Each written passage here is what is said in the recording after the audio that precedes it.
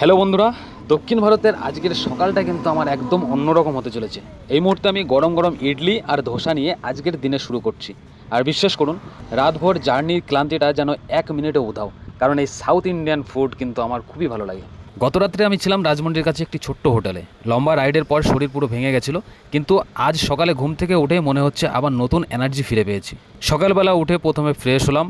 দক্ষিণ ভারতে এই সময় এতটাই গরম, তারপরে আমি নন এসি রুম নিয়েছি, আর চারিদিকে জানলা দরজা বন্ধ থাকার কারণে পুরো গুমোট হয়ে আমার শরীর পুরো ঘেমে পুরো রাতে এত পরিমাণে এনার্জি লস হয়েছে। সকাল সকাল উঠে আমি স্নান করে নিলাম। স্নান টান সেরে ব্যাগপত্র সব গুছিয়ে নিয়ে একে একে ব্যাগগুলো বয়ে বয়ে আমি সব কিন্তু নিচে নিয়ে গেলাম। নিচে নিয়ে আবার নতুন করে বাইকটাকে সেটিং করতে হবে, সব ব্যাগগুলো বাঁধতে হবে। তারপরে বাইকের চেনে একটু চেন লুপ দিয়ে নিলাম এবং সমস্ত ব্যাগপত্রগুলো বাইকে বেঁধে বাইকটাকে রেডি করে নিলাম।